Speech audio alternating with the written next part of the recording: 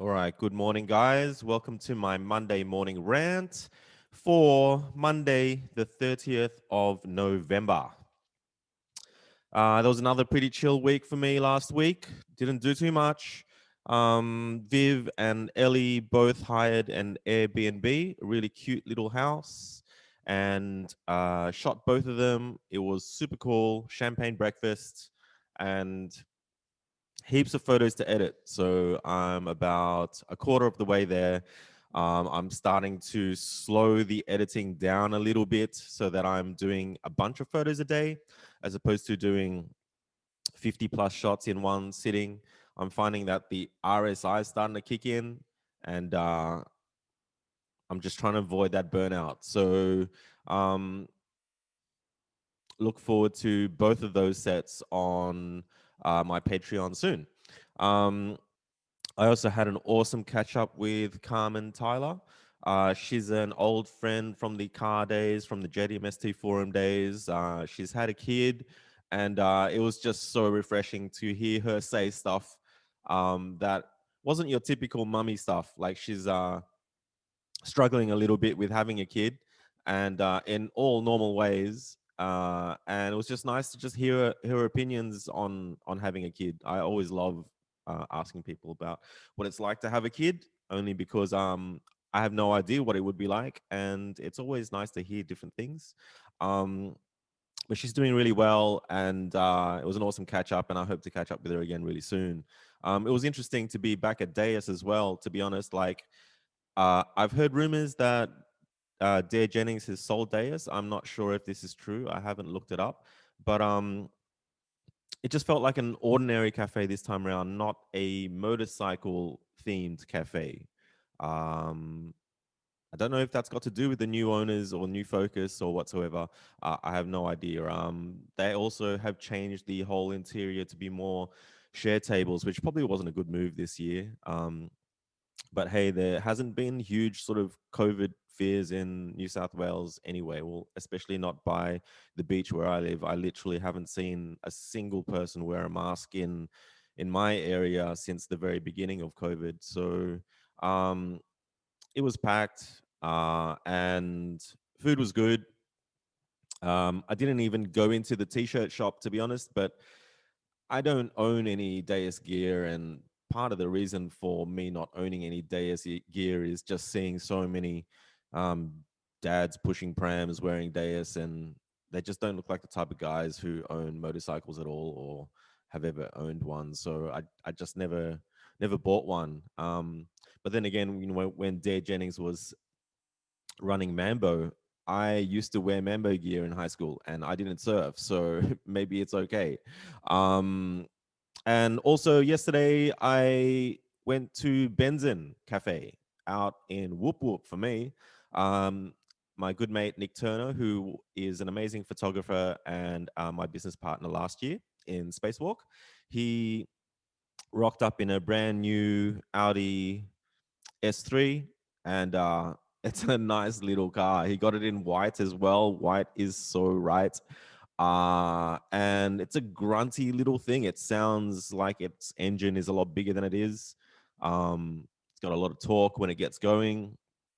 And it was a good drive and a really good catch up with Nick, and awesome to see Daniel Kajati, the owner of Benzin, in his element with a big crowd. Like the weather was totally fucked. It was a heat wave yesterday, and the winds were super strong. So it was like sitting in a sauna with a fan on. It was savage, but hey, there were heaps of people there, heaps of cars. He's got an awesome complex where you can park the cars right in front of the cafe. You can park them in the cafe, and he's even got parking underground underneath as well. So it's kind of like where everything that we would have wanted with Zen Garage, but we couldn't afford a place like that, especially not closer to the city. But where he's out at, maybe we could have. But yeah, his cafe is awesome. Good food. He had music going, live music. And it was super cool to catch up with some old faces as well, like really cool people that I haven't seen in a very long time. And again, it didn't feel like there was any like COVID going on. It was packed, super packed, and good vibes. massive congratulations to Daniel. And I just wish his cafe wasn't so far away. Otherwise, I would definitely be feasting there more often. Um, I took some photos too. Nick took some photos with a massive film camera, like this beast of a camera with this huge wooden handle on the side. So I'm sure Nick's photos will be superior to mine in every way. I will repost those with his permission on Zen and social media if he gets around to um, developing those shots. And otherwise, I'll definitely post my photos up probably today sometime. I'm going to move straight on to the Q&A. There's a lot of questions this time around, and thank you guys so much for sending the questions in. I really enjoy this. Like, I've spoken to a few people recently about doing these Monday morning podcasts, and a lot of people seem to think it's a really cool idea and that they want to do something similar. And I urge you guys to just do it, because it is such a good way to start Mondays. I mean, it's still 5 in the morning at the moment. And I just feel like by doing these podcasts on Monday, it's doing something constructive and consistent. And it really does help to start my week off right. And I could have like a lazy day tomorrow and I'd feel better knowing that I did this today. So yeah, like the idea of doing something constructive and something productive and solid on Monday morning, first thing in the morning, is rad. Like, maybe one day if I do stop doing these, I might go for a run instead or something. Like, honestly, I'm going to keep this up, the idea of doing something on Monday mornings. All right, first question is from Marty. Marty's a legend, man. He's got an awesome Fiat. Marty asks, Van Halen, Team David Lee Roth or Sammy Hagar? Hagar or Hagar? I forget how to pronounce his surname. Also, which guitarist inspired you back in the day? Going to hit you with music stuff, less cars, more guitars. Yeah, awesome, man. I picked up the guitar really early on in high school, and I was into heavy metal. So the first guitar riff I ever learned was Kiss's "I Was Made for Loving You." I was super into Faith No More. Like that, my first CD purchase in my life was Faith No More's first album with Mike Patton, and then I got really into the heavy stuff too. Metallica, and I loved Megadeth. I loved Dave Mustaine, but super into Guns N' Roses as well. And towards the end of it, I was crazy into anything coming out of Seattle, like especially Nirvana, Soundgarden, Pearl Jam, and Alice in Chains. And I just really love that shit. And used to play in a three-piece rock band. I was a singer, guitarist, and we were pretty grungy. And we used to play in shitty pubs for like $30 a night. In terms of Van Halen, I wasn't a huge Van Halen fan.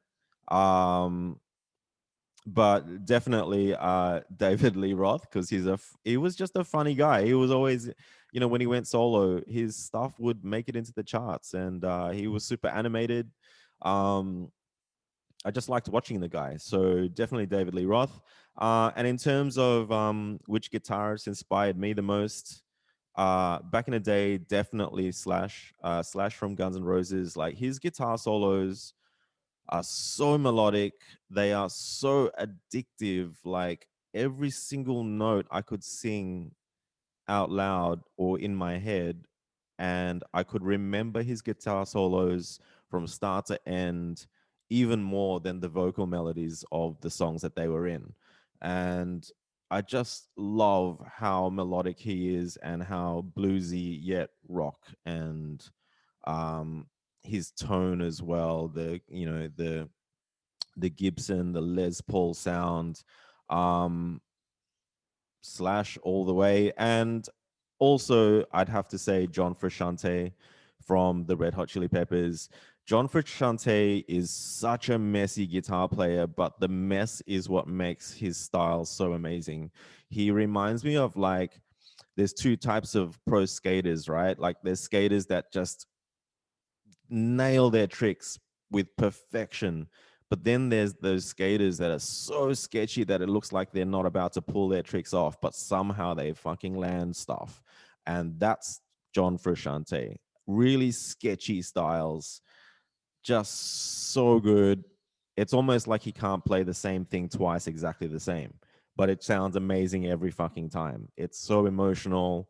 Um, when I started getting into the Chili Peppers and Frusciante, I started playing clean rather than full on heavy metal distortion pedals and all that shit. And I started bending strings more, and I started to strum more funky, and I started playing with a wah wah. Um, yeah, I love John Frusciante.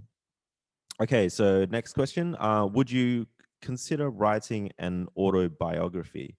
Maybe not an autobiography, but I definitely have so much writing. I've got like diaries that I've written, and I would love to rewrite them. I've got years of content, and I've got so much to talk about. So writing books is something that I really respect. I love these people that I listen to on podcasts. They all seem to have written books, or they seem to be writing books. So yeah, I would really love to write more. I think over the years I've learned how to write quite well, and I think I know how to write how I speak. So it's not a challenge for me to write. I just sit down and it all just comes out. So I definitely would like to write something. Thanks for that question. It's cool. Next question. Do you feel within this younger gen of the automotive community, there has been a shift of forming car groups to post on social media for likes?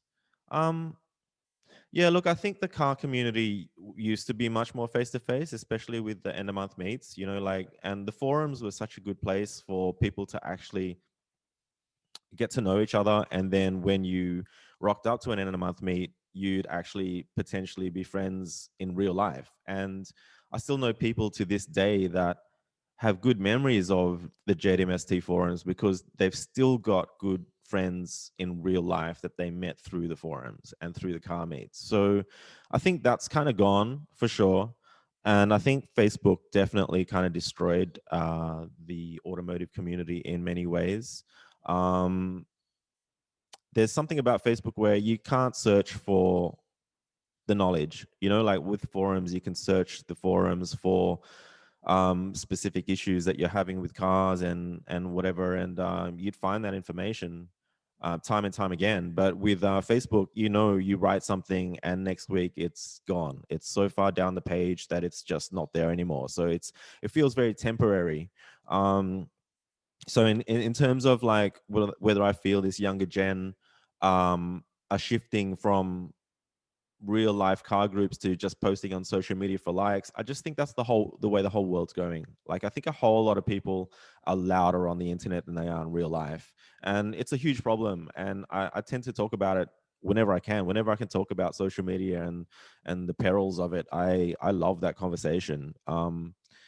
And it's not like I have any solutions. I just think it's more about acceptance, and it's just the way the world is going. And if you're a young person getting a shit ton of likes, it probably will inflate your ego to a point where you're starting to feel confident, and yet you feel like you're doing the right thing. So I don't blame anybody who does it for the likes. I think it's totally understandable, and it's partially not their fault.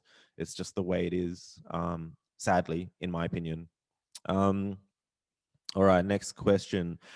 What are your thoughts on replica automotive parts? I don't think my thoughts on replica parts, fake parts, has changed. I think it's absolutely shit that, um, a genuine product which has potentially years of research and development can get ripped off within weeks, and the rip off the rip off manufacturers are just cashing in on all of that R&D.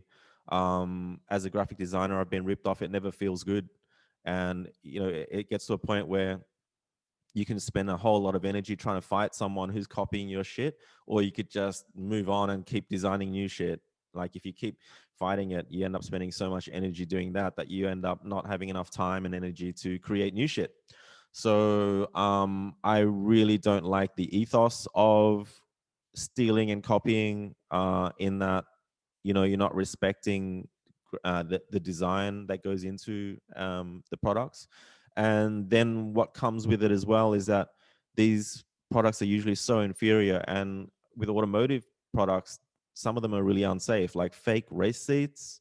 They're known to literally blow up on the track, which is really dangerous. Um, even yesterday I was talking to some of my mates about a phase where everyone was getting these fake quick release steering wheels. I mean, why the fuck would you use this dodgy thing where in one button click your steering wheel comes off? Like, it was just ridiculous how many people were using those because they were colorful and added color to the interior of your car, like, um the fake shit's just embarrassing. It's the same thing in the fashion industry. If you're rocking a fake Louis Vuitton handbag, it's like, it's fake. It can't make you feel good knowing that it's fake, and taking photos with it, it's just embarrassing. Like, ultimately, um with the automotive industry, I've always tried to get kids to save up their hard-earned bucks and spend it on secondhand genuine products. At least it's legit, the real deal, and you will get some respect for it, as opposed to negativity and hate for it, which nobody wants, right? No one wants to be bullied. No one wants to have people on the internet and strangers call you out for rocking fake shit. So that's my opinion on it. um and next question: providing a space for people to hoon, do you think this would provide a step forward in the right direction? You know what? I do. Like, I have always been an advocate for getting people to take it off the street and onto the racetrack. You get to learn so much more about your car's limits on the racetrack. You spin out multiple times. You spin out every time you go out to the track. If you're not going hard enough. And when you go hard enough, like you're eight tenths or 10 tenths, and you start to learn how to control the car, you realize that, like, you could drive faster on the street. Like, you have less fear of what the car feels like when it's lost control. So honestly, I think the idea of more racetracks would be great. Cheaper entry fee to getting your car to the track. Definitely more motorcanas would be great, because motorcanas is all about just rev limiter bashing and just learning how to go sideways, and the ground's wet, so you're not really hurting your car in any way.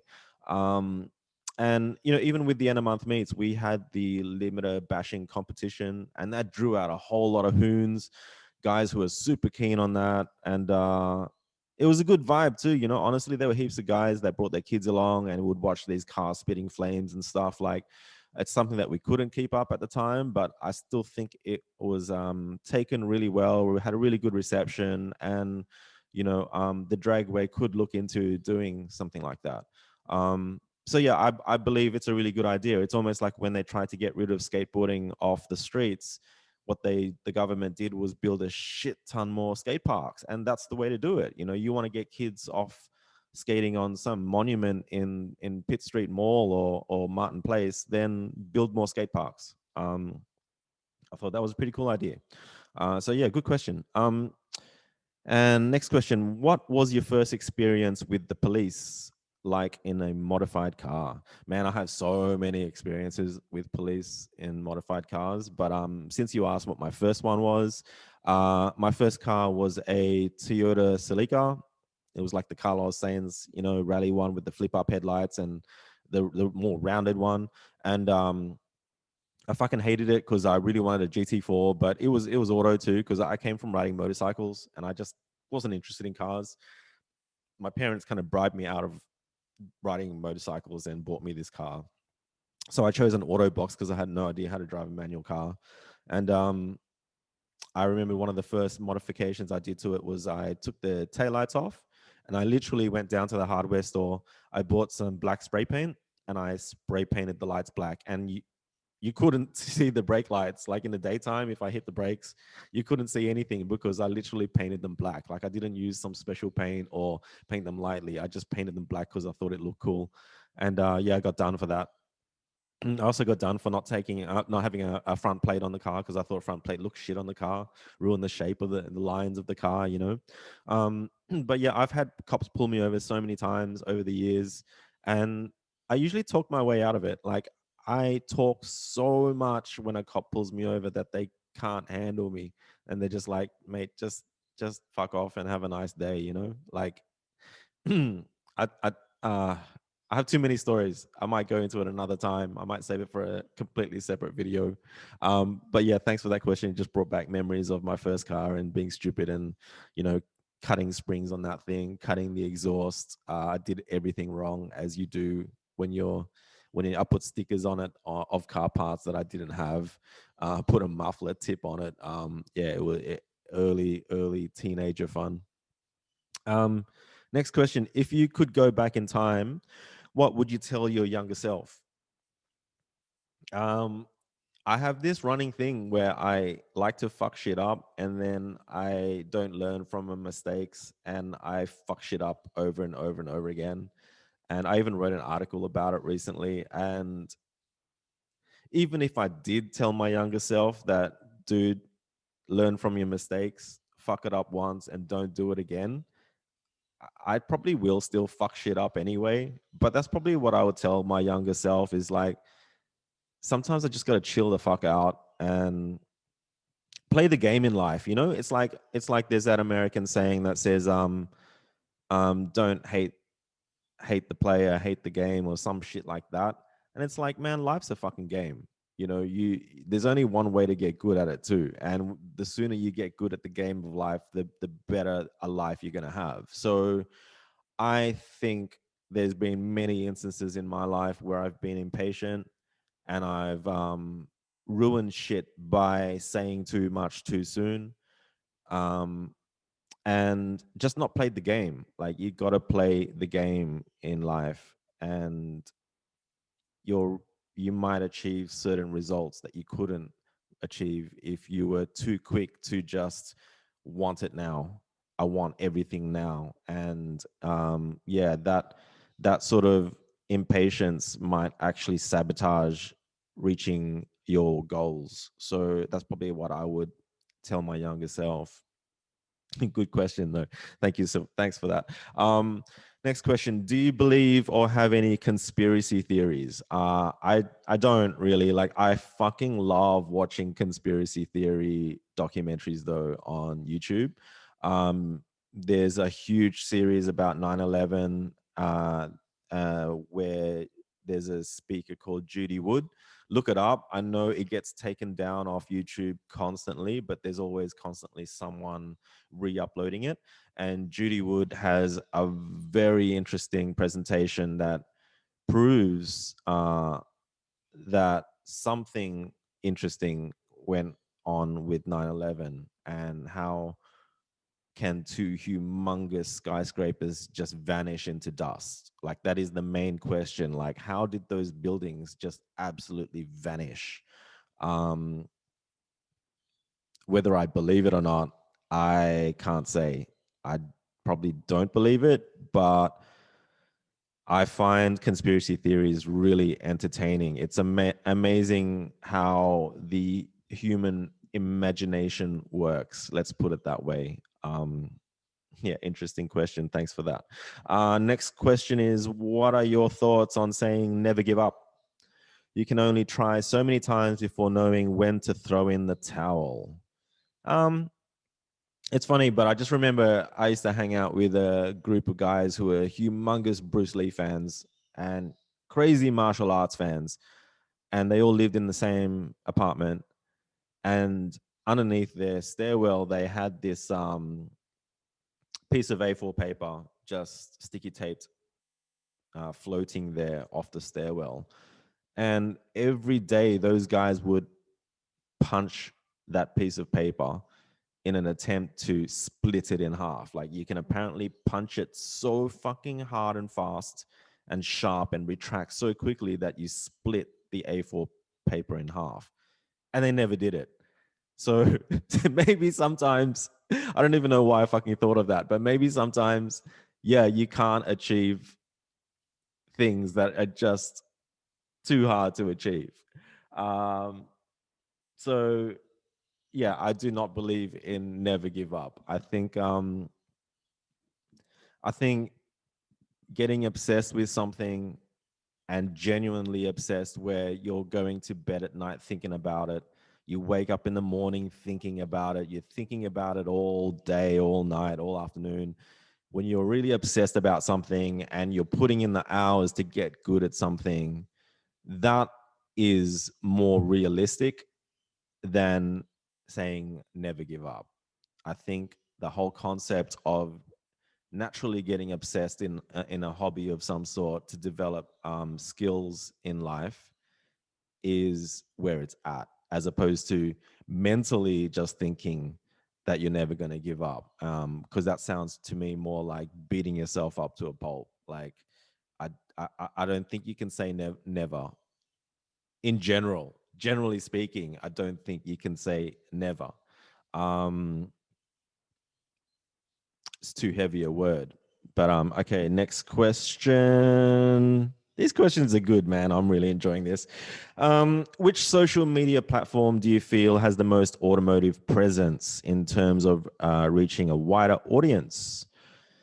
Um, I'm pretty old school. I still love the idea that I have Zen Garage blog and that blog is mine and I can post whatever I want to it. I think there was a time for sure where people were visiting websites more than social media. And so then what we would do was use social media to get people to visit the website, right? Um, Forums are the same thing, right? So where I used to think maybe websites and forums were the best medium on on social media. Now I'm thinking, yeah, it's definitely probably YouTube and Facebook. I don't feel with Instagram you can do enough. It's a picture, a couple of pictures. You can't click on a link. um at least with YouTube, you need to put the work in, having to record good audio. The quality matters, you know. So I know content's king, but like with YouTube, it forces you to put some serious work in, whether you hate being in front of the camera and have to get good at that. You know, it's something that I've struggled with and am only just starting to get comfortable with. And Facebook works in terms of getting immediate reactions. I think there's a whole lot of people lurking around Facebook all the time. So um, it's probably good to get messages across, especially if you're a business that has new things to promote all the time. Um, but I would say these days you probably have to run a combination of all the different platforms. I mean, as much as I hate TikTok and I don't check it out, like if you were serious about trying to get an automotive business or community out there, I wouldn't think it'd be a bad idea to try all the existing platforms. Let's be honest, it doesn't take that much time in the day to promote yourself on socials. And in terms of advertising as well, it's still a shit ton cheaper to advertise on social media than it is in traditional media like radio, television, and print. So not only is it cheaper, you probably will end up reaching a shitload more people, and you can also target these people a lot better than you could in traditional media. So yeah, I'd say it's between YouTube and Facebook, and I prefer YouTube over Facebook because Facebook just doesn't feel like it takes that much effort. Whereas someone who runs good content on YouTube, they get my instant respect for the quality of their show and the amount of time that they put in. Like I just know how much of a pain it is to edit videos. So people who do good videos which have lots of editing in it, it just blows my mind how these guys are doing videos every day, sometimes multiple videos a day. It's a lot of work, and I respect that. Um, all right, guys, that's all the questions for today. Okay, so this week I'm catching up with my old girlfriend Karen Gillespie, who We went out for 7 years and we created the Australian Infront together in 1999, 2000. And we worked together in DFM, Design Fix Media, my first design business.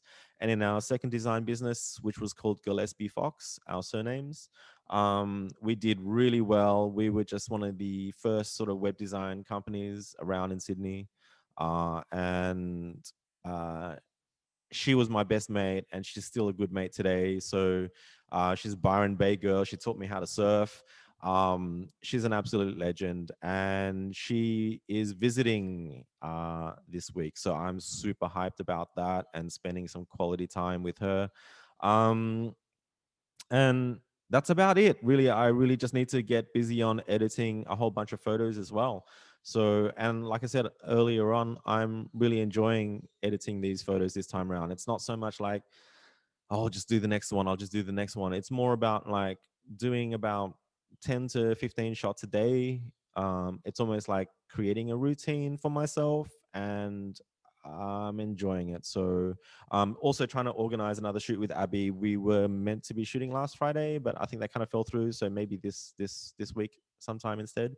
Um, but apart from that, thanks for all these questions. I didn't expect to have so many, and I really enjoyed that. I love just answering them blind as well. Like, it might depend on the morning how I'm going to answer them, but um, yeah, it's just keeps me sharp. So thanks a lot for that. And I hope you guys have an awesome week, and I shall see you guys in the next one. Catches.